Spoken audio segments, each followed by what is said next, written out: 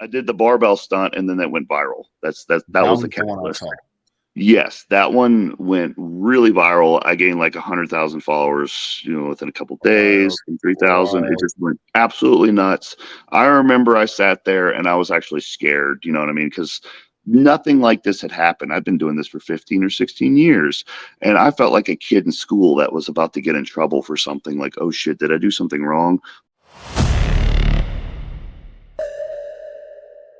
All right, guys, welcome back to another episode. This is going to be actually our first episode where we have our first guest, John Call. John, am I saying it right? Yeah, you got it. I got it right. All right. Let's try my moniker. We're known as Jujimufu. So there you go. We wanted to reach out to him as our first guest. I remember seeing John. Oh gosh, it might have been like 5 or 6, 7 years ago, and he was doing the craziest stuff with chairs and whatnot. It just grew from there. So we wanted to sort of talk about his background and everything going forward. We have Justin Harris with us as well, part of the Goon Platoon, part 2 of the Goon Platoon. So part 1, what are you talking about? Part 1, whatever. So I mean, the first thing, John, honestly, at the end of the day, like, where did Jujimufu come from? If people don't know. Well, first, I'd like to thank you for having me as your first guest. That's a privilege. So that means something. Thank you guys so much. It's really cool that you guys thought of me first. I mean, you thought of me, but you thought of me first. That's fucking cool. So thank you guys. Big fans. I got the name because I was 13 years old. So I'm 38 now. So it shows you how old the name is. I was 13 and I had an old screen name that was John Call 13, and I turned 14 years old. So I wanted to change my America Online screen name to update. AOL one. Yes, exactly. And I was like, I'm not 13 years old anymore. But if I put John Call 14, that means I'll have to change my screen name again next year, and then the next year, and then the next year. So it's like, that's bad. So I was like, I need a cool name. Dude, the first thing I started doing is putting in Dragon Ball Z names like Goku, Piccolo, and it's throwing a giant string of numbers at the end. I was like, I don't want numbers on my name. I want it without the numbers. And I sat there for a half hour trying to think of something that wasn't taken. And I was just like, fuck this, Jujimufu. Just whatever. Banged the keyboard a bunch of times. That crap came out. It logged me in. I'm like, okay, I guess I'm Jujimufu. And then I just started chatting with people online. I opened a website under the name. I was on forums back in the day, several different forums, and that was my username. That was the screen name. That's what people started to call me in real life, like Juji. And then I can't get rid of it. It's funny. It's funny you say that because not as much anymore, but people knew me as Troponin from Troponin Nutrition, and that's how mine started. 20 plus years ago on the forums, like in the late 90s, like on anabolics and things like that, I would go as either troponin or tropomyosin. And that's because for muscular contraction, calcium rushes into the cell, binds to troponin, moves troponin off tropomyosin to allow the muscle to contract. And so I just kind of thought it was cool names, and so I could be just as easily been tropomyosin. But when I started my website, everyone had been kind of known me as Troponin because on Intense Muscle and Muscle Mayhem and sites like that I was using Troponin. So at the end of the day, troponin is a marker for cardiac marker for a heart attack. So I essentially named my business Heart Attack Nutrition, unintentionally, but kind of a similar story that 25 years later, people still call me troponin from time to time. Well, it's still a regulatory protein for skeletal muscle contraction. So it's not just about the heart, it's also about, flexing. Yeah, that's right. So John, so obviously you didn't start, all your acrobatics and stuff as soon as you started lifting. So, what got you into that, growing up and whatnot? Yeah, it was the other way around. So I started with martial arts when I was 13 or 14, Taekwondo, and I did that for about 5 or 6 years. During that time, I was exposed to the internet, of all things. Wow, it's great. Year 2000, the internet comes out. And my buddy finds this website where these people are doing these acrobatic flips, twists, and kicks. It was called tricking. It still is called tricking. Tricking is also a name for something else, but the tricking I'm talking about is flips, twists, kicks equals tricks. Okay, so it's just basically people going in their backyard and throwing down moves, or in martial arts studios upgrading their kicks to have more acrobatic component, mixing different martial arts, gymnastics. Well, when I saw the videos online, I was just like, my head exploded. I was just like, it just literally exploded. I was like, that's what I want to do. That's what I really want to do. Because I thought I was a badass in Taekwondo. You know, I thought I was like the shit. And then I see these videos of these guys, and it's just like my whole world turned upside down. I can still remember, I still got chill bumps thinking about when I saw it for the first time. I was like, fuck, I'm not cool anymore. I'm not cool unless I can do that. So I started going in my backyard. I live with my parents. I'm a kid, you know, and I'm just like playing these videos on my keyboard, you know, hitting the space bar, you know, over and over again, play with the MPEG potato quality files I'd download on the internet, and I'd study the moves. I'd study their foot placement and stuff, and I'd run the backyard and try it myself. Well, that's how I learned how to do all the acrobatics. It's just self-teaching myself from video. Wow. That's crazy. Now, dude, did you ever get hurt doing something? Because most of the time when people start that, they've got mats, they've got, you know, sort of that bouncy floor type thing. Someone to catch them. Yeah. Yeah. Did you get hurt doing that? Yeah. I've had a lot of injuries.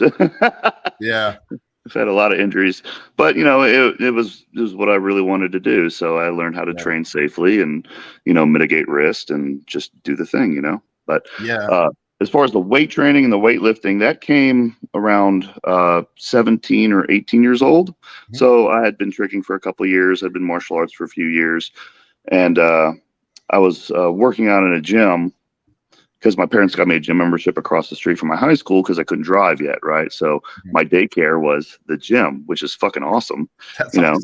And they told me, like, they told me, John, I don't care if you work out, but you just stay there. If you want to work out, you can. You got a gym membership, or you just do homework in the front lobby, or you work out. What do you think I'm going to do?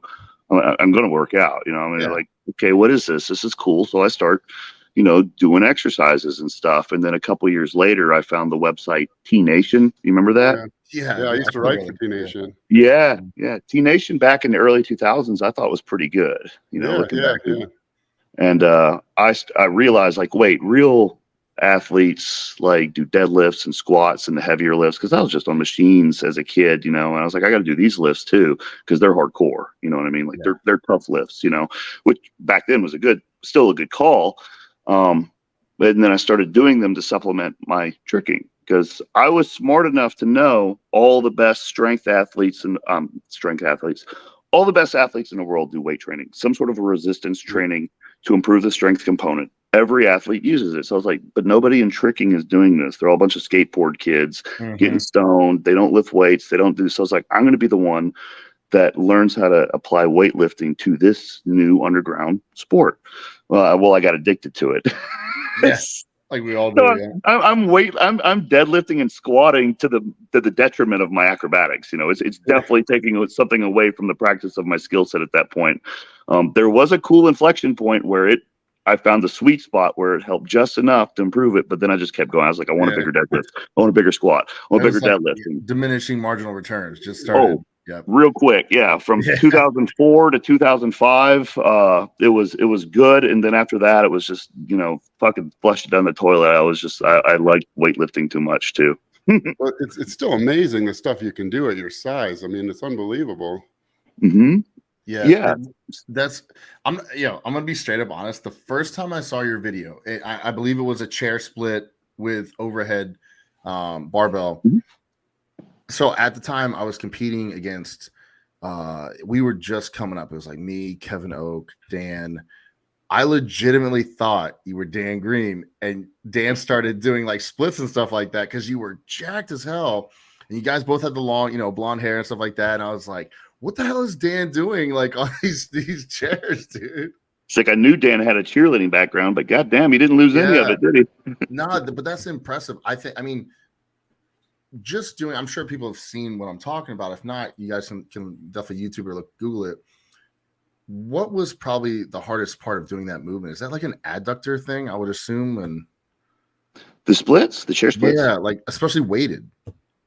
See, the splits and that type of training, especially weighted chair splits, kind of goes well with the bodybuilding and the weightlifting.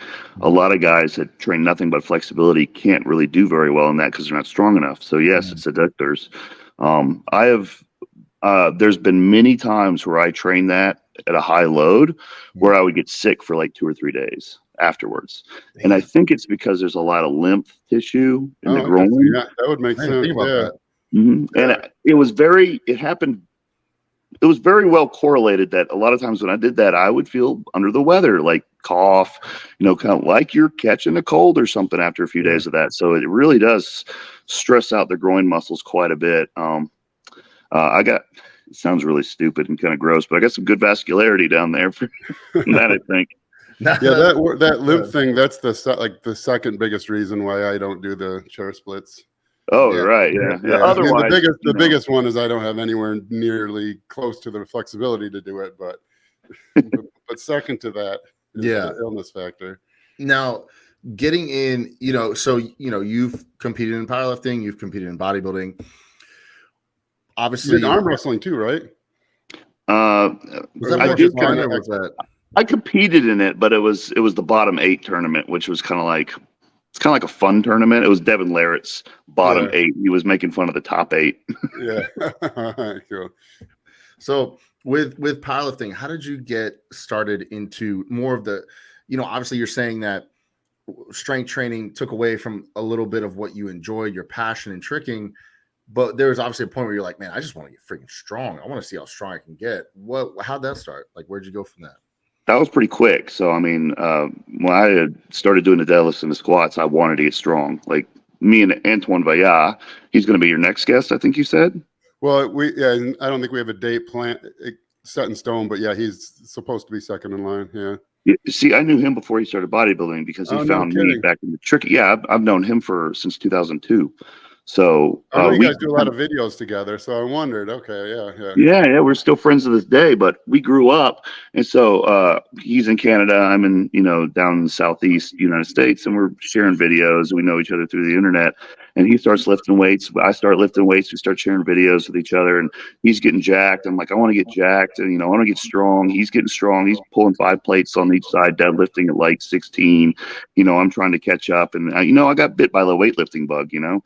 At the same time, I didn't want to get too heavy and bulk because the heavier you are, the harder the jumping is, So I kept my weight down for up until I was about 27 years old, So I was just trying to get strong and acrobatic. But around that time, I was like, my acrobatics are, I've already peaked. I'm not going to really get any better at this as I get older. So I'm tired of working out 2.5 hours a day, and I look like a normal guy. Yeah.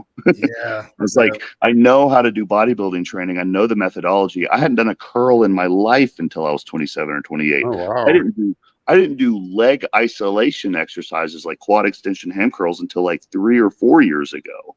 You know what I mean? Yeah. So I'm a late comer into actually using a lot of the exercises you're supposed to use to grow the fucking body. You know what I mean?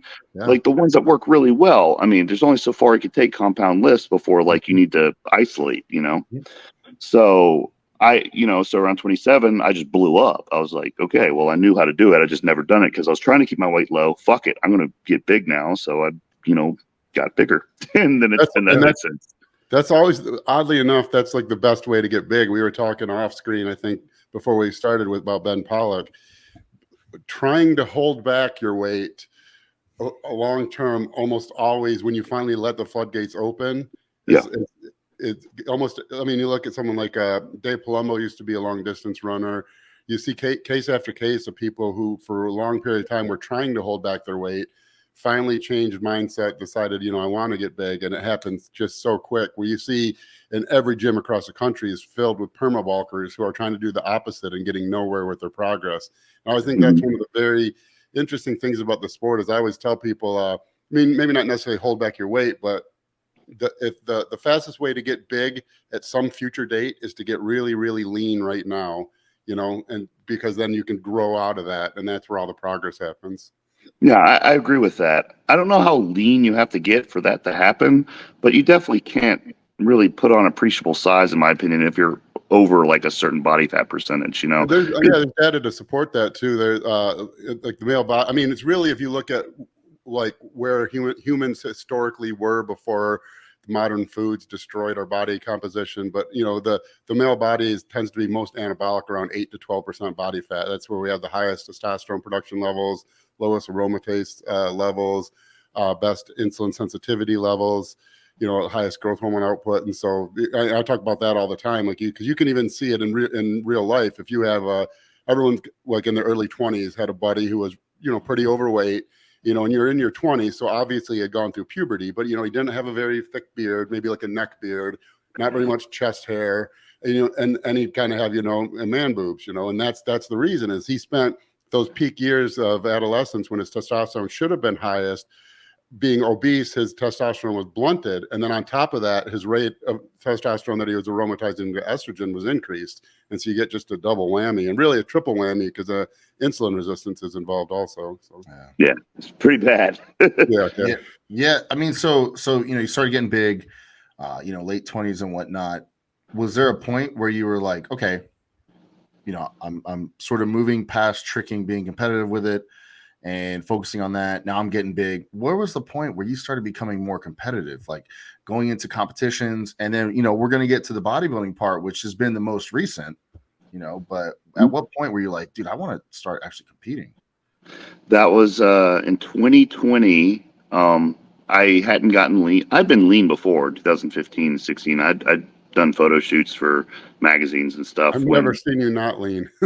Yeah. I've been a fucking clean eater since I was like 14, man. When I found out about nutrition and stuff when I was a kid, it was like a religion for me. And I'm still like, you'll talk to anyone that's been around me, they're like, that dude he won't cheat. He doesn't want it. He doesn't want it. He just wants more. If anything, he just wants like an extra 100 grams of rice. That's me. It's I spent the first 8 years of my lifting, like lifting for football and stuff, and I got really, really strong, 675, really strong for being an 18-year-old or whatever, 675 deadlift. I was squatting in the high 600, benching in the 400s, and I wanted to look like a bodybuilder, but I didn't understand the nutrition aspect yet, and it would just drive me crazy that I'm killing myself in the gym. I train harder than everyone. And then for whatever reason, and then I get to college and start learning about nutrition and stuff, and then implementing a proper diet and seeing how dramatically my physique changed. And so that's why that became my obsession. Why I own, a nutrition company now is because it was like just such a game changer for me. And people, I wish I would have realized how big of a difference it made earlier on, but it is what it is. But yeah, people don't. Young guys coming up, I think it's all training, or they think it's PEDs, but it's really the diet. I mean, how you look is the diet. How you perform, is done in the gym. You get stronger stuff there, and largely that dictates how you look also as far as muscle mass. But if the diet's not on point, you can be strong, but you're not going to be jacked, not going to be ripped. Yeah, you remember I have diet records from like when I was 18 when I was logging food. I can remember going to animalpack.com and they had the free printouts of your protein, carb, fat, calorie, the little printable sheets. Oh, yeah, I still got them. I still got records. I guess I was eating like 25 to 3,000 calories a day, but I actually could see like Subway sandwich, when I ate a Subway sandwich, and then like my pre-workout drink, my post-workout drink, my eggs, my oatmeal, my cottage cheese, when I'm like 18 years old, measuring all my foods and calculating all my macros and stuff when I was 18, trying to, get within certain ranges and stuff based on what I was reading online. I was just like, the information's there, it's just a lot of people. Today. I mean, when I'm older, I'm not that much older, but I'm 44 today. Actually, today's my 44th birthday. Happy birthday! Yeah, yeah, oh yeah. Well, happy birthday! Thank you. Yeah, but when I was training in the mid 90s, I got bit by the iron bug early. I think I saw the first Arnold Classic in '89. I think it was televised on NBC. I was like 9 years old. Or actually, I probably would have only been 8 at that time because I didn't turn 9 till later in the year. And I remember just being mesmerized, like what these guys looked like. And I remember like going to bed that night as an 8-year-old and like trying to draw them because it just really, really intrigued me. And so for Christmas that year, I asked for like a weight set. I mean, it's not like I knew what I was doing or did anything, but I was always fascinated by it from about the age of 8.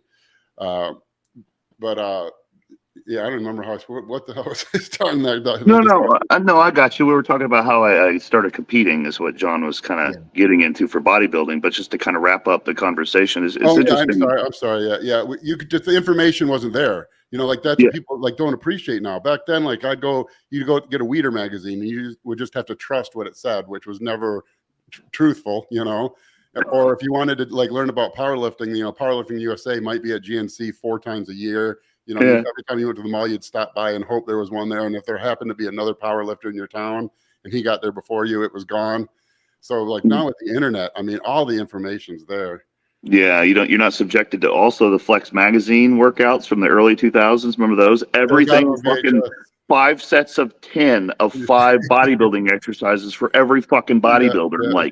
That's how many sets is that? How many? Oh man, the information was so bad. We just released a reel from a podcast I did. I had a buddy who got bit by the iron bug too in high school, and we would read those magazines. And I remember we read one time that you were like, some bodybuilder said it wasn't a good leg workout unless you puked. You know, we didn't know anything. So, but this was also the same time where like the big thing was natural GH production. So go into training fasted, like don't eat for at least 2 hours before training. So you get so we're going in not eating for 3 hours and then trying to train till we puke, which is not going to happen. And so our solution being, 16, 17-year-old idiots was rather than just accept that maybe you don't have to puke every leg workout. We decided that to make sure we puked, we'd eat a can of SpaghettiOs on the way to the gym on leg day, which worked, but it was, stupid. But yeah. So John, when you, and I'm sure more people, who've watched and followed you over the years, they've seen your physique take on a more balanced look where it was, you've developed the upper body, you've developed, like, you've always had certain movements or certain body parts that were developed because of your balancing movements and things like that. But it seems when you started bodybuilding, you started really hammering certain areas and things have come up. Is there something that you had to work on specifically? Be like, all right, well, I'm going to compete nationally. I know, I believe, did you do the Amateur Olympia? Was that the last? Yeah. That was my first show. That was your first show. Okay. So, and then, so what did you work on after that? Like, what did you see? And were you like, all right, I got to, hammer this as a bodybuilder now and really focus? It was legs because for me, I was strong on like deadlift, squat, the acrobatics, the jumping and stuff, but I didn't want big legs because big legs are one of the worst things to have when you're doing acrobatics. First of all, most of the time you're wearing pants because it's just better aesthetically to look at the moves flow with a flowy type of garment. They all do, and there's a reason for that, And a big jacked upper body, you're wearing shirtless, so that looks good. Now my legs weren't small, but they definitely weren't big, right? So I had to bring up the legs. So then I had to start doing leg extensions and leg curls and all that stuff and belt squat, and started to have this put squat at the end of the workout and pre-exhaust and fuck, it works. It fucking works. I put on like 5 inches on my legs, man. They were like 24, 25 inches, and now they're like 29 inches, Yeah, they're legit now. Like, as far as, because I come from a physics background, and so, like, angular momentum is going to be related to, I mean, you could picture like trying to turn a sledgehammer with the heavy weight on one end, how fast you can rotate it versus flipping the sledgehammer around and the light end out. So when your legs are big and you're trying to flip around like that, I mean, that really got to change how you do the flips and stuff, because your rotational speed is going to be decreased. How is it much harder, to do the moves with the added leg size, or is it something you're able to overcome?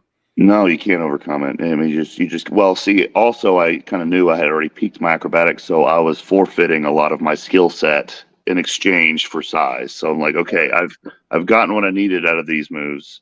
I've enjoyed it, and I can move past it. So my skill set is nowhere near what it was 10 years ago, 15 years ago or so.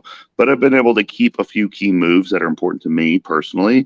And for marketing reasons, I was able to keep a couple moves that seem to market better. For example, there's a trick, not a trick, there's a joke in the tricking community that's a guy will do gainer flash switch, swing through, illusion twist, cork, swing through, misleg, gainer, swing through, right? It's like, what the fuck? And then someone will ask you, cool, but can you do a backflip? And it's like, fucker, I just did 5 backflips in a row and fucking swung out of them with quick kicks and quarter turns. And you're asking me if I could do a fucking backflip. So it really came down to, but can you do a backflip? And I didn't realize how egregiously sad that was until I just kept living it and finding it. I would go to expos and I would be with my tricking friends, who I outweigh them by a good 100 pounds most of the time. And they're doing all this crazy shit, and I'll go out there and do a backflip, and everyone freaks the fuck out. And it's just like, And I have to go back to my friends and apologize sometimes. I'm like, I'm sorry, guys. Like, there's no reason why they should react to just a fucking backflip by a meat nugget this way when you guys are absolutely killing the floor game over here, you know? But that's just the way the crowd sees it, you know? It's like that. That's a weird thing that in every sport or every specialty is what the people in. It's like, because I play the guitar, and there's always like the joke, what looks hard on the guitar versus what is hard to play on the guitar, you know, and what, like, someone who doesn't play guitar, you can play something, you know, you just some quick solo with some tapping and, you know, pentatonic solo, and they go really, really fast and maybe a sweep pick. And they think, because it's really fast, someone who doesn't play guitar thinks it's amazing, where like someone who's played a year can usually get to that point, you know. And then the stuff that's really difficult on the guitar, the intricate things, and the reason it's difficult is because of the note spread and things like that. Someone who doesn't play the guitar would never know.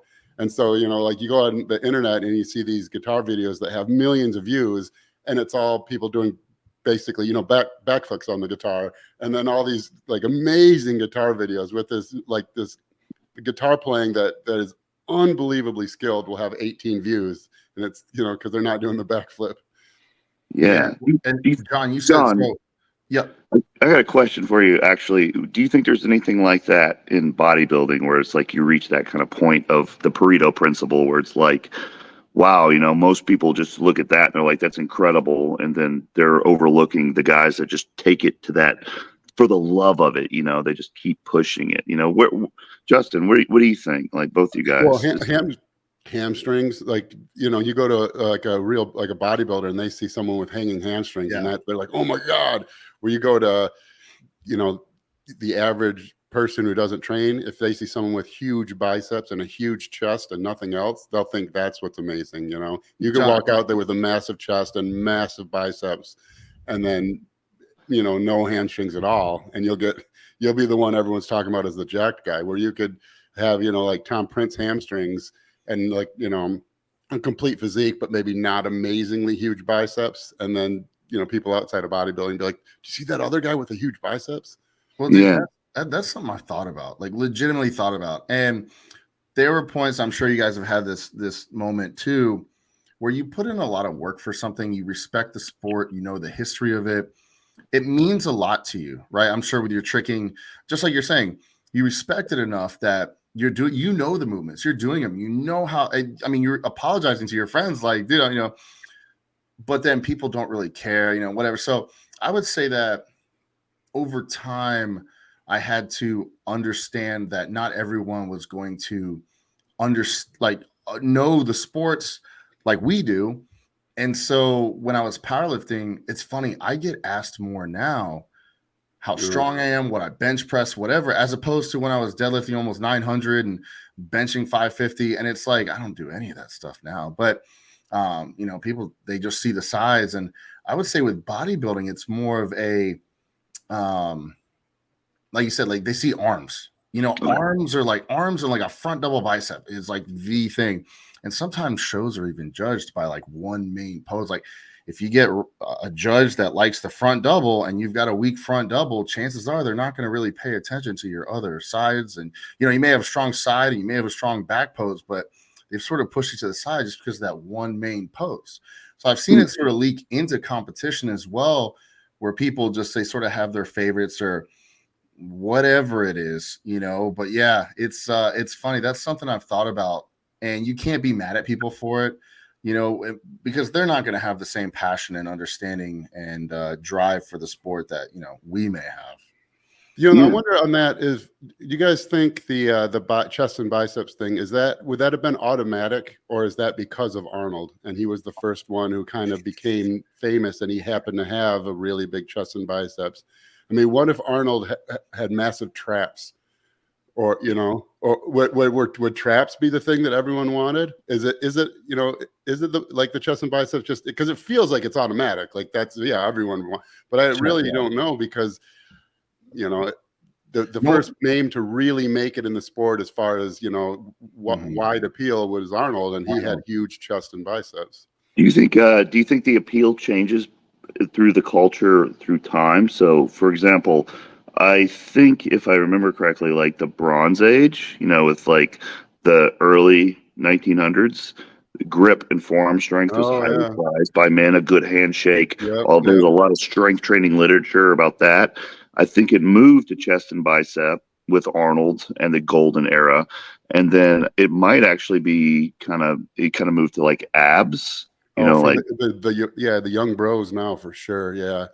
So and things don't even know existed, like Adonis belt and stuff. They got like bro terms for abs that's like that I barely even know. But that younger generation, like the 16 to 24-year-olds or whatever right now, definitely abs. But from going back to what John was talking about, he had to bring up his legs. I think legs are valued a lot more now. I mean, you go back and look at Arnold. He's a lot smaller than C-Bum and all these classic guys. Like even the legs, they weren't, whether it was training styles or understanding of how to train them and nutrition or performance enhancing drugs or whatever it was, it seems as though legs, people always had big arms. People always had big chests, right? It's not like someone came in 2010 and it was like, wow, Arnold's chest could never stand next to this guy. Like, no, chest has been big. Arms and biceps have always been big. Back, even lower lats have always been, pretty big, but I feel like legs have over the years have taken on more importance, and whether that's because they were rewarding bigger legs or whatever. But I mean, for instance, look online, never skip leg day. Don't skip leg day. They have like the socks with the chicken leg on it, chicken foot. I mean, that stuff, that's culturally, like the society knows it now. You don't have to be a bodybuilder for that. So yeah, I think it does change. Well, if you think about it, Lee Haney didn't have very big legs. Even Dorian Yates' legs were relatively undersized. It wasn't until after Dorian that really, really big legs became kind of a requirement in the sport. What about calves? Are they part of the legs? Yeah, I wish. Well, not. It depends. He got it. Yeah. If you have them, great. If you don't, who cares? They're hard to build. That's true, but calves used to be the thing. Like you had to have calves, and now it's like you can win Olympia without them. Yeah. Well, anecdotally, my wife seems to like me a lot more when I wear shorts. So I guess good pair of legs are, I think women pay a little bit more attention to that than at least my woman does. Yeah, my wife likes me more when you wear shorts also. So. Yeah, so I'll wear them all the time. Then I sell them actually. She said, as long as I don't wear them, that's good. Yeah. So John, you said you had to bring up your legs. Let's say someone's listening to this and they're like, they have the same problem, right? Or they're a hard gainer, and they want to really bring up the legs to be competitive, or just even get stronger, faster, more athletic. What were some of the exercises you said maybe focused with? We knew your adductors were strong, but what about hamstrings? What about quads? Things of that nature. So for hamstrings, I mean, I think exercise selection is partly individual. It has to be to a certain extent. Everyone's built, the levers are different. I mean, for Tom Platz, for example, squats, they worked for him. He literally did like 2 exercises, squats and leg extension. He kept it pretty simple. He did a high bar squat that was deep as fuck.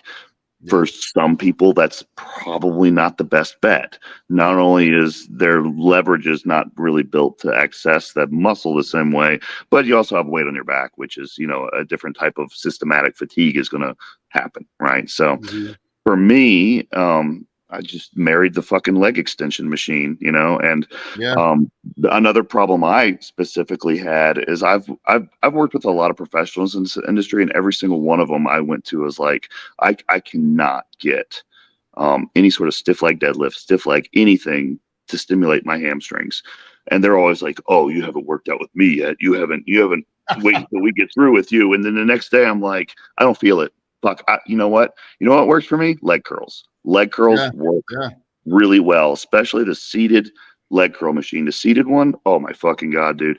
That one, I like it because when you're prone, you're too focused on keeping your hip shoved into the pad and you got to like arch up. I used to do a hell of a lot of glute ham raises before I competed in bodybuilding shows, hyper extensions where I'd focus on the hamstring. It wasn't until I married the seated leg curl machine that, my hamstring started like, holy shit, I can't even like really touch my heel with my hand right now. The pump was crazy and the growth was there. It just started happening. So leg extensions and leg curl variations, leg curl variations. There you go. Those 2 are key, man. Nothing crazy, That's interesting. I wonder how much flexibility is playing into the stiff leg, because with your very flexibility, flexible. yeah, I mean, you're not, for me, I have struggled to put my shoes on. And so if I keep an arched lower back, my hamstrings reach max, stretch position that I can contract out of probably about knee level, where for you, there's no chance you're getting any stretch activation there. I wonder how much of a role that plays as well. I thought about that. Yeah, that's exactly, I think, the reason why. I think it is that. I think the flexibility in my hamstrings is so high that it's just like, and I don't want to give that up. And I don't even know if I can. It's kind of permanent at this point. And you almost couldn't even adapt the exercise because you could argue, well, just go stand on a box and go deeper. But there's only so far you can go before, body mass gets in the way and your lower back's going to have to round a little bit, and you lose that contraction across that, you lose that stretch across the hamstring anyway. So I've not only done it on top of a box, but I've done it with one of those squat wedges reversed, and my toes are going up. So I'm doing this over here, my toes are pointing up, I'm on a box, I'm going all the way down, I'm shooting back, I'm trying to keep the bar path close to the shin just to really stretch the hamstring, and still it's like I just feel a stretch, man. After that it's lower back is getting fatigued. Yeah, no, dude, I feel it. I don't have anywhere near the mobility that you do. But I remember when I was a kid, I've always been very mobile. I would lay on my back. I can do several cartwheels in a row. I would lay on my back, watch TV, and I'd wrap my feet around and play the drum on the back of my head with my feet. I would just sort of be in an arch, And my mom used to laugh at me. I was just a kid, dude. I didn't know what I was doing. But when I went into powerlifting, I had to learn, like you said, everyone's different, leverages, range of motion, the whole nine. I couldn't squat the way certain people say, just cut it right below parallel. And when I did that, I was shearing force on my knees. My squat wouldn't go up. And then when I started taking it all the way, I was sinking squats. They're like, you're bouncing, you're off your ankles, this and that. I'm like, that's the only way I can do it with control of the muscle. And I find that I actually do the same thing. I have the little, what's it called? The angle, and I'll put my feet up on it to do hamstring, stiff legs and stuff like that. That's the only way it works for me too. It's funny.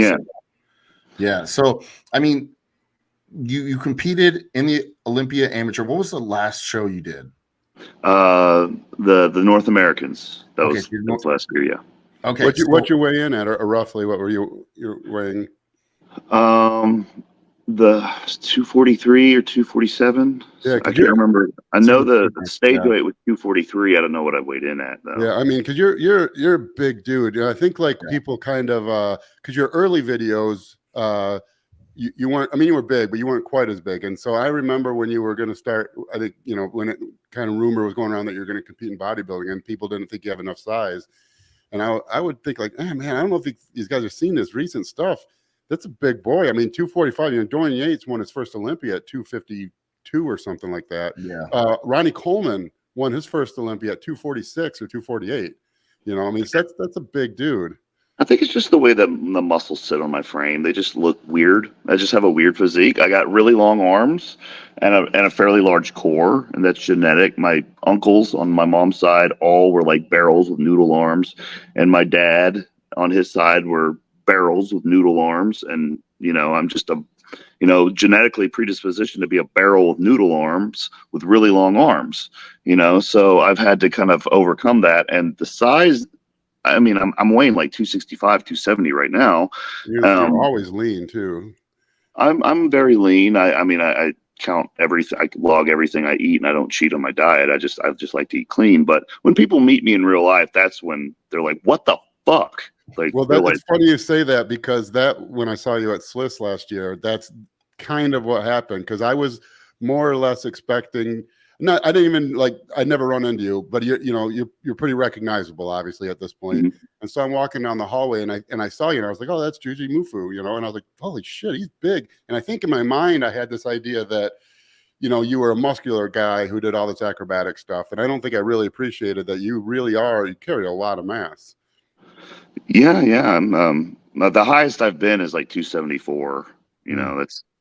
I don't really want to be much bigger. I know that sounds like blasphemy from bodybuilders who just want to get as big as fucking possible. But I'm like, I think I'm big enough. I want to jump too. I want to move around. So I think I've reached the point where it's like, I think I'll just work with what I got and have some fun with it. And that's kind of where I'm at this year, you know? Did you ever The see highest I've been was 1997 at an Ozzy Osbourne concert. But yeah, well, that not the same high. oh. Did John, do you ever see guys that, and I've got some of my best friends and they know I'm talking about them. It's like, because I have a little bit longer arms too. So I 100% feel you on that. It helped for deadlift, but man, does it take a long time to fill out your arms and fill out your leg, things like that. And so you're finding certain, like, you know, maybe barbell curls like are not going to work for us. Maybe more individual dumbbell curls for guys with longer arms work and things like that. Did you ever see those guys and be like, dude, if I just had like 3 inches shorter on my forearms and, you know, like 3 inches shorter on my femurs. Yeah. You know? Well, so what goes through my head when I think of that is no, because I can reach up there and grab a fucking book. and I can reach up and I'm like, sometimes like, holy shit, having a really long reach is super useful in every aspect of life aside from looking on a bodybuilding stage. That's it. That's a fact. That's a fact. When people see me in real life, they often do comment on my arms, which of all things, like I got really long insertion points and stuff. But, you know, I focus, John, on the brachialis over here.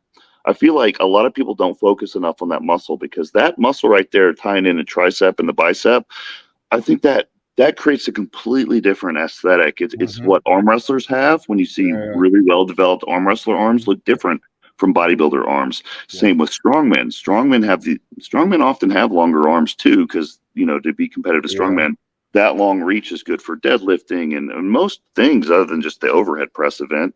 But the arm, I think this muscle right here, if you can, there's a lot of good exercises you can do to build that up. I just don't think enough guys that are trying to build arms do that. That's interesting, yeah, and especially if you're lean and you can see it, it's doubly impressive. But you know what I'm talking about. You know when you're seeing that muscle right there, that fucking carved shit there. When you're like 4 weeks out, you're like, oh shit, there it is. Well, I'm just thinking it because there's an arm wrestler, like a white guy from Russia, a lower weight class guy, and I don't know if he's really good, but he's got just massive biceps and forearms, and there's something unique about it and I could never put my finger on what looks so different about what his arms. But now that you've said that's what it is. It's like this extra three-dimensional thickness that people with you know, because it's because he'll hit a front double bicep on his Instagram or something, and it's like, yeah, his arms look big there, but then this other angle, they just look enormous.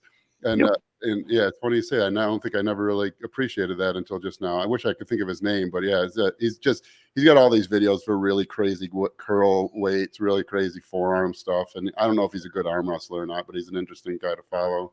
Sorry for the listeners that I don't know his name. So going slightly back to your last show, before I ask, this is sort of leading into another question, but what's the goal now? You know, so you're still in shape, we know that, you know, you're still strong, you're still big. Is the goal going to be, you know, you don't want to get too big, but, you know, is the goal going to be trying for a pro card, competing again, or just sort of more having fun with it? What's more the goal now?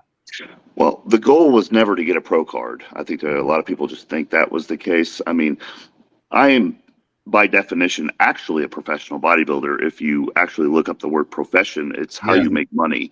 I make money off of keeping a certain physique appeal that is marketable for my product line, my socials, my platforms, and the educational content that I participate in. So by definition, I am actually a professional bodybuilder.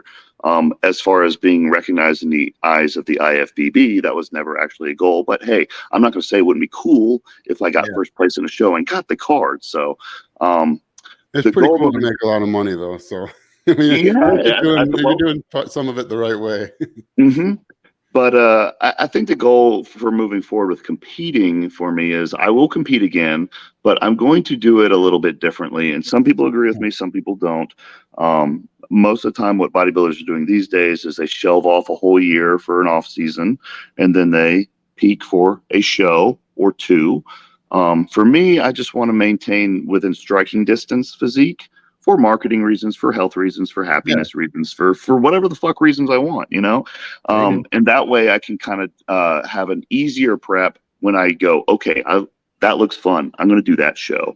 And then I can kind of coast into it without having to make a drastic change and huge calorie cut, because I'm already, you know, fairly lean, you know what I mean? So that's kind of the goal, is to go have more fun with it next time, you know? And no, yeah, I'm sorry, I didn't mean to interrupt.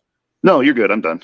Oh yeah, I mean, that's honestly the goal for all of us. We started this because everything we do, you know, hopefully you guys started because you enjoy it. You're passionate about it. You know, there's a love there that other people don't understand. So they shouldn't, you know, we shouldn't really take into account other people's opinions on how we should go with our own passion, you know, so because then we're not going to be passionate about it. But I will lead into the next question, and we sort of led into this perfectly. Did you ever think it would lead to, like, you know, shout out to Rain, your Rain sponsorship, some of these other companies that you're working with in your own company, you know, did you ever in your wildest dreams think that this would sort of lead into that? And also, how stressful is that schedule, being a professional, earning money and being able to support yourself and your family and your life, and having to travel, having to look a certain way? You know, how, those are sort of my two questions with that. You know, I feel kind of dumb, John, but I actually don't understand your first question. Can you repeat the second question? Understand. The first one is, did you ever think that you would be where you're at now? And like, and you know, so before we started recording, the gym, your home gym, if people don't know, is the dream home gym, the dream home gym. Did you ever think you would be at this point with your sponsorships and stuff doing what you're doing? Can I rephrase that? Because I have a question that if I ask separately probably won't work. Anytime that someone has enormous success in an area, it feels like, because people other people, they're like outside audience, don't know them, then suddenly know them and then see them everywhere. So for the outside people, it feels like it happened overnight. But then when you talk to those people, they're like, oh, Joe, Lord, no, it wasn't overnight. It was like, while you kind of go through it, can you kind of like talk about like when some of the catalysts were, like America's Got Talent, or like where, you know, like where was it just a slow, steady rise, or were there, you know, jumps? Or there was definitely a jump. There was a jump in 2015 when I did the chair split video for Instagram. So to lead up to that, you know, I'd been making and posting videos online as Jujimufu, the screen name I made when I was younger, all the way up until, you know, well, 2015, when I was like, I wasn't posting on social media. I didn't know what Instagram was. It's like, what's Instagram? Fuck it. You know, Facebook. I don't know. I don't like Facebook. I was posting things and putting them on my website. Well, that has kind of had its time, you know what I mean? So I just started posting the same stuff that I had always made on this website called Instagram. And lo and behold, it seems to be that like people kind of liked what I did when I was actually putting it someplace where they could see it. So to kind of lead up real quick to the chair split thing, I posted a video of me doing the splits, and it got way more likes and comments than usual. You know, I had 3,000 followers, and, you know, it's like, okay, that one worked. 2 weeks later, I was like, let's add weight. I've never done that before. That's a good idea, you know? So I did it with like a couple plates, you know, I held some weight plates and slid it in the chairs. It was like triple what the other one did. I was like, okay, wait, this seems to work. This is like 10x the engagement and everything. My follower count's going up to like 5,000 or so. And then I did it with a dumbbell. And then I was like, again, let's see if I can one up this. And then 2 weeks later, when my groin was recovered from fucking, because it takes a while to recover from that shit. They're max effort lifts, man. They're not fucking easy. Yeah. I did the barbell stunt, and then that went viral. That was the catalyst. Yes, that one went really viral. I gained like 100,000 followers, you know, within a couple days, 3,000. It just went absolutely nuts. I remember I sat there and I was actually scared, you know what I mean? Because nothing like this had happened. I've been doing this for 15 or 16 years. And I felt like a kid in school that was about to get in trouble for something. Like, oh shit, did I do something wrong? Like, what do I do? And then my inbox is flooded with, hey, we want to do a photo shoot. Hey, we want to sponsor you. Hey, we want to collab with you on the YouTube channel. Hey, we want to make videos with you. And I'm like, and then 24 hours passed. I was like, okay, this is a good thing. And then I knew I had an opportunity there, and I just fucking went for it. I was like, I said, yes, I traveled. I jumped on planes. I made it work. I just did everything I possibly could because, you know, how often does that happen anymore? Yeah, you don't get me. I got a break. Like yeah. I got a fucking break is what I got. So I remember a couple months after it happened, I flew out and did a podcast with Mark Bell. And I remember he told me, he's like, I got a lot of respect for you because you're the first person that actually paid their own way out here. It's like usually these athletes are entitled and they think that I'm supposed to pay them to come out and fly them out and put them up. He says, you paid for everything, you know? I was like, yeah, because it's important to me. Like exposure is important. Thank you for having me on your podcast. So when you see the bigger that was my picture, attitude. and you see the bigger picture, that's a thing that I think that so many, because as a supplement company, when we try to sponsor people, and then as working with Elite FTS, I've been a writer for them off and on since going back to 2006 or so. Is a lot of the people, that's what they would want. They'll, I'll treat my training logs there, give me $250 a month. And, you know, like Dave would agree to whatever, but like the bigger picture was that they get 62 million, you know, unique IP addresses a month, you know, and you can utilize that. And so many people don't see that. And they want to take like, you know, $200 a month in free product when they're not realizing that there's $20,000 a month in sales on their own website from the exposure they can get if they just utilize it properly. Yeah. I mean, it just requires thinking like that. You know what I mean? It's like you got to be able to think like that. I think a lot of that comes with just maturity and just experience. But John, I think another thing you had asked a minute ago was like, was this the plan? Like, was this the grand plan? It wasn't. I was happy doing what I was doing. And after that break, I continued working my day job for a couple extra years because I liked my day job. I had 2-hour lunch breaks where I can go and work out and come back sweaty as fuck and sit there and eat cream of rice as often as I wanted throughout the day. And sometimes when things are slow, I'd be able to edit some Instagram clips on my computer at work and, you know, chat with some people online and build my business on the side with a little bit of free time at work. So I did like my day job, and I was doing all the fun training stuff and making videos just for fun, just because that's what I did. You know what I mean? And if I stopped getting paid for it today, I'd still do it. I just wouldn't have to do it as much because now it's literally work. Like I have to do more than I want to a lot of times. And that's the difference that's what happens when you turn what you do for free, for fun, into a job, is you have to do more of it than you'd ever want to do. And then it starts to feel like work, but you still wouldn't trade it for anything in the world. So as far as the stress goes, you're talking about, I wouldn't describe it as normal stress. I don't experience stress in the same way that most people experience stress. And I know what that type of stress is, the type of stress where you work for the man and your boss comes in your office and he's fucking yelling at you and you're afraid you're going to lose your job and, you know, you're living paycheck to paycheck. That type of stress, I've had it before my lucky break. And it makes you sick to your stomach. You almost feel like nauseous. That's that type of stress.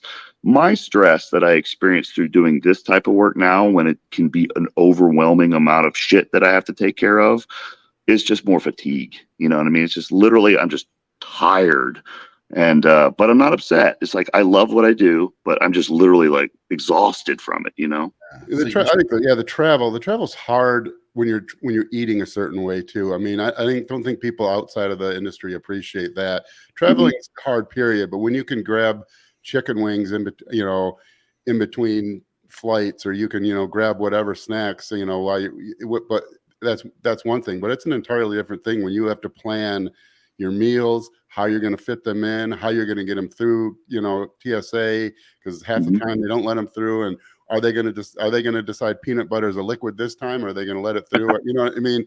And it's exhausting. I think that's the hardest part of traveling is, and I know you do. Me personally, what I've been amazed in watching you is you just seem like such an insanely high energy person.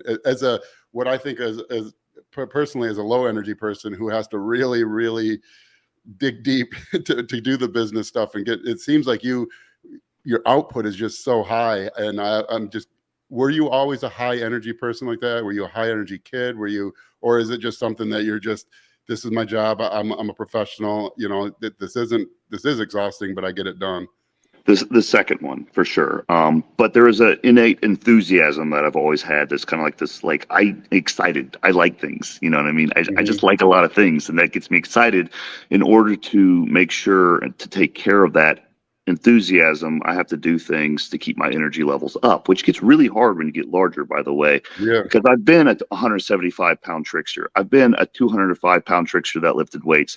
I've been a 250 pound, 225 pound guy that, was getting outsized for acrobatics. I'm a 265, 275 pound, almost 40-year-old guy now.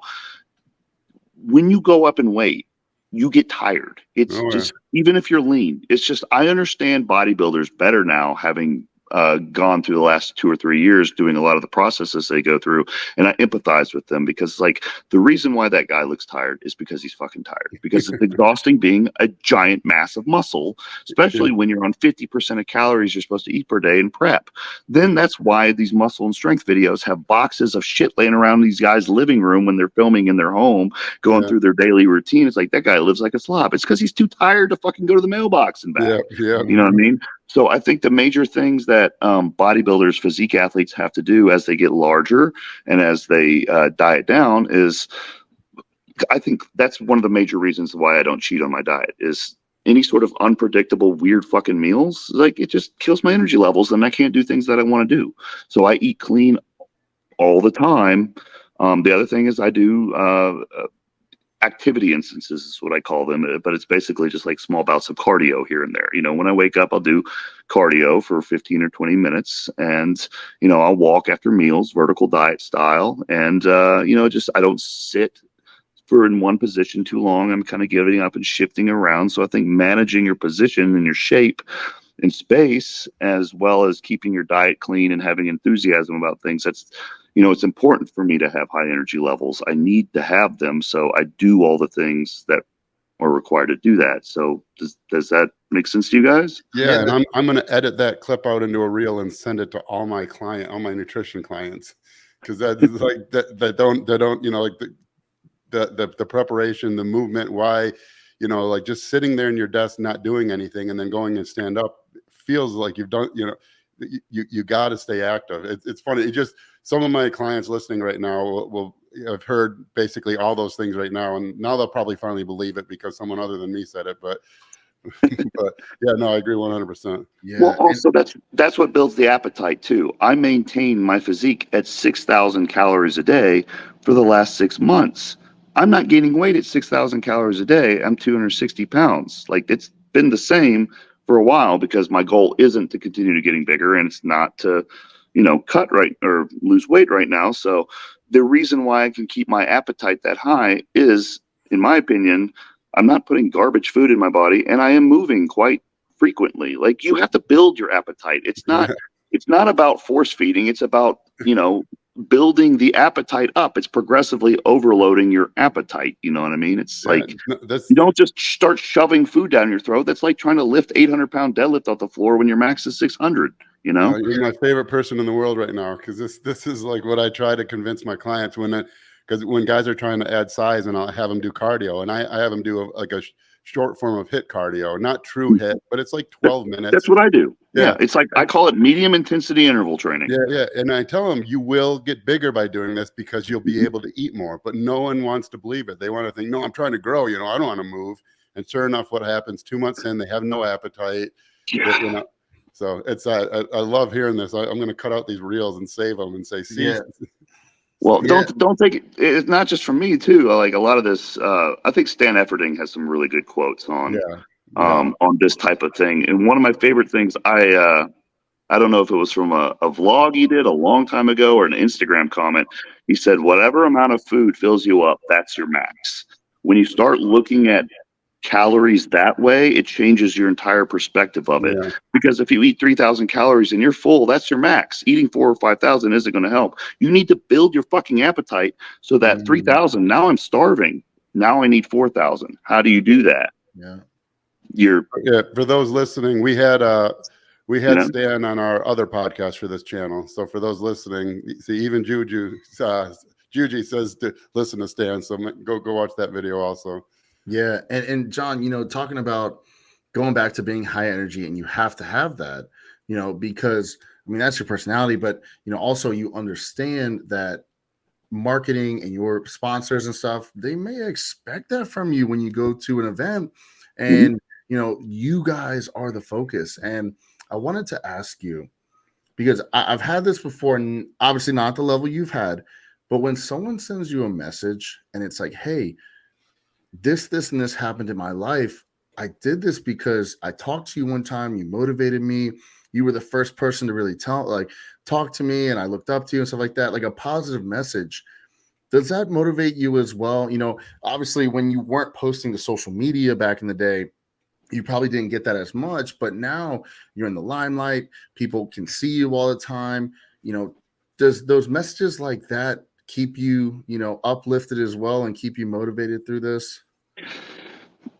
You know, it's interesting because I wouldn't say they don't motivate me, but they're not necessary to motivate me. You know what I mean? Like, I've joked with people, it's like, people think I'm extroverted and I'm super outgoing and stuff. I'm really not. You put me in a room for 4 months straight, I'll be happy as a clam by myself, like Kermit. You know, that's just the way I am. But, and I'm just going to do what I do. You know, it's just, these are just the things that I do. This is what I do. And, you know, whether you like them or not, that's cool. You know, if it helps you, it's good to get good feedback. And I do appreciate them. And, you know, I respond to them if they contact me through the right channels. They send me a DM, they're probably not going to get a response.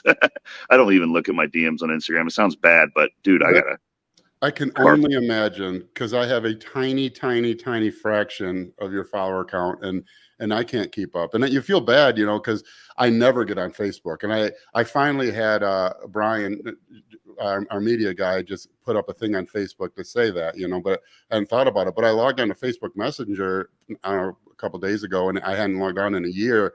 And there are so many messages, and you kind of feel bad, like, you know, these people are reaching out. You know, you were that, because I was that person reaching out at one point. I was that person, you know, and it sucks not getting a follow-up. But people don't realize, like, we got like 1.7 million Instagram followers. You know, I mean, people don't realize, like, what your DMs look like. I can only imagine it would be impossible to keep up on it. Which is just kind of like, it's all or nothing for me. It's like, you know, so it's nothing. It's sad, but, you know, I feel like if they really want to contact me, they'll figure out how to do it. Yeah. And a lot of people do. There are ways to contact me. They're on the internet, but DMing is just, to me, I find it often lazy. Yeah, we found that. Yeah, we found your number through that Las Vegas escort. See, you found a way to contact me. Yeah. So, you know, at the end of the day, you've been, I would say, instrumental in sort of helping people look outside of just the meathead, the bodybuilder, you know, the guy who, you know, bodybuilders can't move, things like that.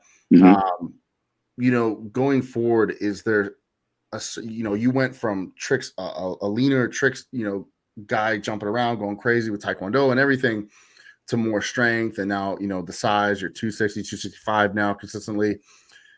Do you see anything in the future that you would like to either make your physique, or something you'd like to accomplish, like down the road, or just sort of going with the flow now and just seeing where life takes you? I think it's, you know, there's got to be some sort of, you know, something there to kind of compete in against myself. You know what I mean? Like something where it's like, I have to push myself to do that. So the thing that looks most reasonable to me is kind of just playing the longevity game. Like, because if I can be the guy that's doing chair splits with weight at 50, that's still bigger than most guys at 50, and can still do a few moves here and there. So it's like, it's kind of sad that, you know, you're just getting worse and worse over time. But yeah, it's either that or stop, and then what? Yeah. You know what I mean? So I want to play the longevity game, John. I think that's kind of where I want to go with it, just to show, because there is no shortage of videos. And something that does motivate me is go to YouTube and type in, like, jacked 50-year-old, jacked 60-year-old, jacked 70-year-old, 70-year-old gymnast. People look at that for a reason, because it's inspiring to them. And it's inspiring to me right now as a 38-year-old to see a 50-year-old still be able to do these things. You know what I mean? So yeah. I want to go towards that direction in my own way. Does that make sense? It does. Oh, absolutely. That's like that female gymnast that was in every Olympics since like 1992. She's I think she might have been 50 at the 2000, the last ones. That did she do the 2020, because they moved that to 2021 or whatever? But every Olympics, it seems like since I was a kid, they were talking about she's been in more Olympics than, you know, and it's just over and over. I think that's pretty cool. Yeah. I think the alternative is worse as well. Yeah. I would say so. That's, well, John, you normally on the show we have on our channel, we'll do sort of like a few quick questions. And so there's probably like 2 or 3 I want to ask you really quick. Sure. If you had to miss one, would you miss sleep, a training session, or a meal? Like food. If you had to take one out. Training session. Training session. Oh, man. The reason why is because I feel like a missed training session isn't necessarily a negative. It's often just a neutral where it doesn't really matter. I don't sleep, like, especially at my size. Like, if I get a bad night's sleep, it affects me my whole day. Like, I don't want to have to fight my yawns and my drowsiness and my output that way. And as far as a meal, that's one of my weaknesses is I can't work out hungry. I just can't. I'm not good at it.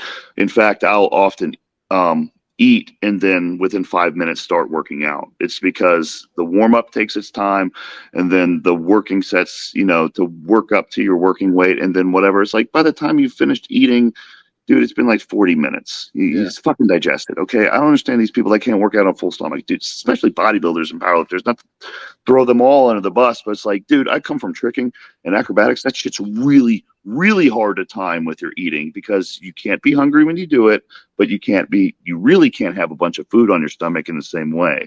That's really hard to do. So like lifting weights is the easiest thing in the world to do after a meal. So, but I can't work out hungry. So that's you're the first because that was my answer. You're the first Training? person.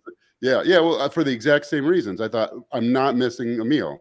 The diet, the way I look is because of my eating. I'm not missing a meal. That's number one. If I'm competitive, now I'm kind of old and fat, and but when I was serious and competitive, there was no other option. I used to say, like, if I was at work and they told me I couldn't eat, I wasn't even giving my 2 weeks notice. I was just going home. That was a non-negotiable for me. And same with sleep, because if I don't sleep, I'm useless. And so you can miss a workout in your growth rate, your progress. None of that's going to slow. Now you don't want to miss every workout, but I thought that seemed very logical, and I expected that to be a common answer. And I don't know. I think on our other this you're the first guest for the Goon Platoon, but we have 1D talks, and I think we're on episode 33 or something, and no one has given that answer. And I thought going in that was going to be, I thought every bodybuilder was going to give that answer. What do most people pick? They don't want to miss a training session. Yeah. So what do they choose to lose out on then?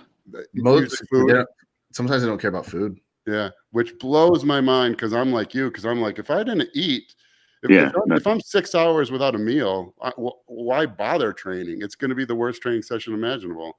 No, I agree with you. There's no point. It's just like you got to have the conditions set in order to get the stimulus right to actually respond correctly to it. So why the fuck? I'm with you 100% on that. My question actually kind of related to this. I haven't missed a meal since God knows I can't remember, but I've often been on flights and shit before where I would have to double one of my meals later. You do that? Yeah. I mean, I do. When I have a planned meal plan, that's non-negotiable. I would prefer to get it as spread out evenly as possible. And it stresses me out when I can't, but I'm not getting calories in. No, right? Yeah. I'll find. Yeah, I'm doubling up. I mean, I guess that's technically missing a meal, but that's not. I don't think that's not what this question was meant for. But I think at the end of the day, if the ledger is balanced the way you want it to, that's what matters most. Of course, it reaches a logical conclusion when you're, down to one meal a day, then everything's fucking weird. And you're on a warrior diet, I guess. But hey, they're not bodybuilders, so and so the last question before we give your shout outs and stuff. If there is one exercise, or it can be because you have a really awesome gym, is there one piece of equipment or one exercise that if you had to get rid of everything else, you'd be okay keeping stiff leg platform? Yeah, the what? Stiff leg deadlift platform. Stiff leg platform. Oh God, shit. It depends on the goal. Are you talking about building muscle, or are you talking about what? Good point. Yeah, let's say one for building muscle, one for strength. For strength, strength is specific to the task at hand. So, overall, if you're just talking about just general, just fucking strong, I don't care if it's specific or not. I do one. You can't get rid of a barbell. You know what I mean? If it's for bodybuilding, let's move into machines, for example. If there's just one machine I can't do without, where I can, what machine can I not do without? I mean, like a cable stack, maybe. I don't know. Say all of tricky. them. It's tricky. A hard question, man. That's a hard question. Yeah, I guess for strength, you just need like a fucking free object in space, and a barbell is kind of hard to beat. Yeah. For muscle building, if it's not a barbell, if it's not free weights, if we're talking about just a machine, I'm looking around my gym right now. The fact that you're still looking at your own home gym has me drooling. If people haven't seen his gym, this is it right here. That's a dream. Absolutely incredible. You know what? I guess I'm gonna have to choose the leg extension. I don't know. Yeah. I can't have. I can't have quads without a leg extension. I just don't think it would. Yeah. Well, dude, hey. So you're saying I get the other equipment then? Is that what? I can't remember how this question got started, but I think come and get it. Come on over, get your truck. You'll have a good workout, load that shit up. I tell you what. Man, yeah. If you can move it, that's off. Good point. But John, we wanted to give you a chance to give a shout out to any of your sponsors. Anyone you'd like to give a little shout out to? Yeah. So Jujimufu.com, that's where you can find me. Jujimufu. I sell the world's best smelling salts, the world's strongest smelling salts. I sell fun and functional apparel that's that's brand friendly, which means I don't put my logo all over the shit with a bunch of words and stuff. So it's like the stretchiest pants, for good flexibility training, shorts, things like that. I just make products that I like mainly. So it's like if you see a product in my web store, it's because I made it for myself and then I just sold it to other people. Let's scratch your own itch philosophy. And then have a Rain. I'm sponsored by Rain Total Body Fuel, and I'll have a half a Rain to a Rain most days as my pre-work. Yeah, there you go. Yeah, right. They're a great group. Out of all the sponsors I've ever had, they treat me so fucking well, man. I've been with them for 4 years. Awesome. They're the real deal. They're a good group of guys. So I do enjoy working with them, and I do like to see where the company's going because it's growing fast still. Oh man, they came out of nowhere. Well, Rain, I want to, because we're trying to build a company, so I'm always fascinated by really high growth rates from other companies, because you had Monster and Red Bull, and then Bang was kind of the first 300 milligram, and and Bang was really big for a while. And then I remember walking into a gas station once and seeing these Rain, and I'm like, oh, 300 milligrams also. And I tried that instead of Bang or whatever. And I was like, I like the flavor. And then it seemed like the next day Rain was everywhere. And the next month, now I rarely see Bang. And I'm mesmerized by their business model, because they just knocked it out of the park. So they went from Go ahead. I was just going to say something that a lot of people don't know about them. Guess how many people work for Rain that aren't sponsored athletes or ambassadors? Guess how many people? I would have no idea, but I'm very curious to know. You want to say less than 10? Oh, I would think way more than 10. I know what we have just for our tiny little company, and I would think that if they can do it, if they're doing it with less than 10, then I want to get on the phone with someone and figure out how to, because I have a degree from University of Michigan, integrative systems and design, lean product development, right over here, and I want to. They need to teach a course on how to do that then, because that's phenomenal. No, I know the company is it works with Monster, so they basically took the Monster All-Stars, and then they went kind of the Rain, as far as what I understand, because the people that are working for Rain are all super experienced. So it's just kind of like you took I don't know what in the military is like a really high, Black Ops or something. It's like you took the Black Ops from a company like Monster that's global, and you put them in this small group. What kind of result are you going to get? You're going to get. There's a thing called the Price's law, and it's kind of a generalized law of the universe, sort of, but when it relates to the workplace, it's the square root of the number of employees do half the work. So if you have a small 6-person shop or something, or 10-person shop, 3 of the people are doing half the work, 6 are doing the other. So you have 3 really high output people, but that law continues. And so when you get a 10,000 employee business, you have 100 people doing half the output as the other 9,900, and it holds pretty darn true. And that's really why companies they scale, and then that's why growth gets really hard when you're a large company, because your efficiency rates just plummet because of Price's law. But I It's always called wonder, Price's law. yeah. I always, and it's Never kind heard of of a that. more generalized law. Like if it's sort of like that you take the number of 12-year-olds and you take the square root of the number of 12-year-old boys they play little league, and the square root of those make all stars, and the square root of those go on to play high school, whatever. The square root of those become all state. The square root of that play in college. The square, and eventually you get the square root of till you get to like Barry Bonds, and it roughly holds true, and it holds true like the size of stars, the size of a lot of. It's a very interesting thing. It relates more to the fact that the exponential growth, like e to the whatever, you can expand that out in a Taylor expansion, and Taylor expansions are almost universal in describing the physical universe, at least at the non-quantum level. And so you can take e to the time derivative and operate that on position, and you get the exact kinematic equations of motion. And the inverse of that is a square root, And so like exponentials and square roots are really intricately involved in how the world grows and expands. So it's not like that exotic if you really think about it. But yeah, I always wondered what would happen. And like you see that with Elon Musk when he took over Twitter, and fired like 70% of the employees, and with apparently no loss in a functionality, And so you can only imagine, like if you raid a 10,000 person business and you take the 100 that are doing half the work, have a 10,000 employee business that only 100 people need to work at, So and it sounds like that's what they did with whatever number they have, which is, if it's less than 10, that's just like mind blowing to me. I want to know their business models so bad now. It makes you excited to be a small business. Yeah. Oh yeah, absolutely. Yeah.